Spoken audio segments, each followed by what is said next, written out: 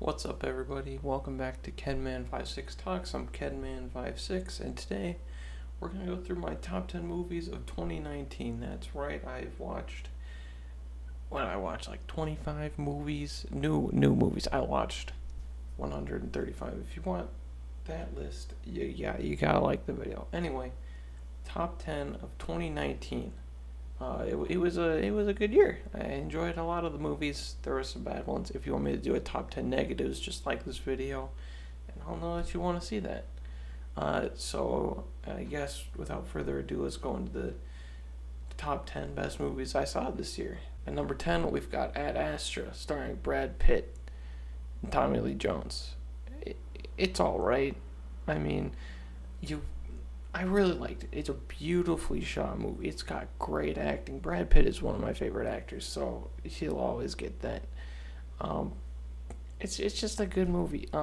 There are lapses in logic when it comes to the science of the movie that it doesn't make sense. But if you just take it, it's a movie, and these things have to happen for the come out of it. Plus, there's this really cool scene in space with space pirates. I don't want to spoil it, but it's really fun. It's a good movie. At number 9, we've got Peanut Butter Falcon with Shia LaBeouf. It's fantastic. I don't want to go in too deep because if you want the reviews of these movies, just let me know in the comments and I will review these movies in depth. But Peanut Butter Falcon, just so heartwarming, just so fun and good to watch. It just makes you feel good inside, and it's one of the only movies this year that actually made me feel, that way. At number 8, we have The Irishman, directed by Martin Scorsese. It's on Netflix. It's 3.5 hours. If you have that much time ever, check it out. It's super good. Incredible story, incredible acting. Joe Pesci is incredible. It is so good. The only thing knocking it back for me is really the runtime. Some of the de-aging effects on De Niro don't look fantastic all the time, but I mean, it's 3.5 hours of that, so it's pretty impressive, and it's number 8 on my list. At number 7, we've got John Wick 3, Parabellum. It's a banger. It's my favorite of the John Wick trilogy, which is surprising because I love number 1 and I love number 2, but this it's so good. There's a scene in here. There's not just one. There's so many scenes in here, and some of my favorite lines, like this. Well, sometimes you gotta cut a motherfucker. It's just so fun. This is a great time, and if you haven't seen any of the John Wicks, please check them out. And number 6, it's also on Netflix. It's Marriage Story. Adam Driver, Scarlett Johansson, they kill it. It is the best acting of the year. I know the arguing scene has gone around and people think it's bad acting. Watch the movie, and it's fantastic. That's all I'm gonna say. Just if you haven't seen it, get ready to fall apart. I fell apart. Before we move into the top 5, I'm going to give some honorable mentions. These movies were just outside of my top 10. They didn't quite make it, but I think they deserve. They're fun, deserving movies that may just, not quite hit that tier.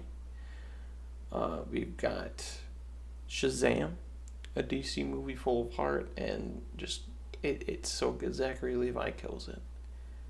We've got Us from Jordan Peele. The first half is damn near perfect, and then the second half butchers it really bad. Zombieland 2, a good sequel to the first Zombieland, a movie that I love a lot. Booksmart, the female version of Superbad. Why not? It's a good time. I don't mind it. Brightburn. I don't know, it's just a fun movie. No, it's not very good. I don't know, that's why I didn't make my top 10, but it's creative, it's unique, and other than the ending, which I very much don't like, I enjoyed the rest of the movie. Captain Marvel, I thought it was solid. I don't mind Brie Larson as an actor. I don't care about people outside of movies. I don't pay attention to any of that. I thought it was good. I thought Jude Law did a great job. I thought Samuel L. Jackson, he always does a great job. He's like my favorite actor. And the last honorable mention is It Chapter 2. I had to put it up here. It was a little disappointing. The second half really slows this movie down. But I love this cast, and I love the story. I'm a giant It fan. That's all I have to say about it. I'll watch the 90s miniseries any day of the week, and I love it.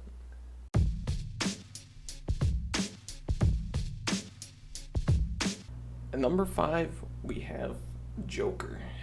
Yeah, a DC movie made my top 5, and I never thought I'd say that. But yeah, Joker. It's so good. The ending is good. The pacing's good. The cinematography is beautiful. The story is good. The media overhyped it, or not overhyped it, but you know what I mean. They blew it out of proportion. It's a solid movie, and if you haven't seen it, go check it out. At number 4, we've got Uncut Gems with Adam Sandler. I love this movie. It's not the most well-made movie, and it makes choices that I can see people not liking, but I love it. If you don't know me, my favorite basketball player of all time is Kevin Garnett, and he kills it in this movie. He is fantastic, and this movie is just so fun to watch. And honestly, I have never been more on the edge of my seat in a theater this year. Never. And number 3, we've got Knives Out. I love whodunits. I'm a fan. I mean, just Clue and, you know, just murder mysteries are so fun. And this it's a nice spin. It's got some great actors. It's a great time. If you haven't seen it, see it. I won't say anything more. I don't want to spoil it. Number 2, we have Once Upon a Time in Hollywood, directed by Quentin Tarantino. It's his 9th movie. It stars Leonardo DiCaprio and Brad Pitt and Margot Robbie. And if you haven't seen it,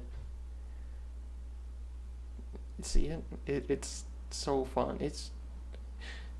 This is up there with Uncut Gems for like the most fun I've had in the theater. It's just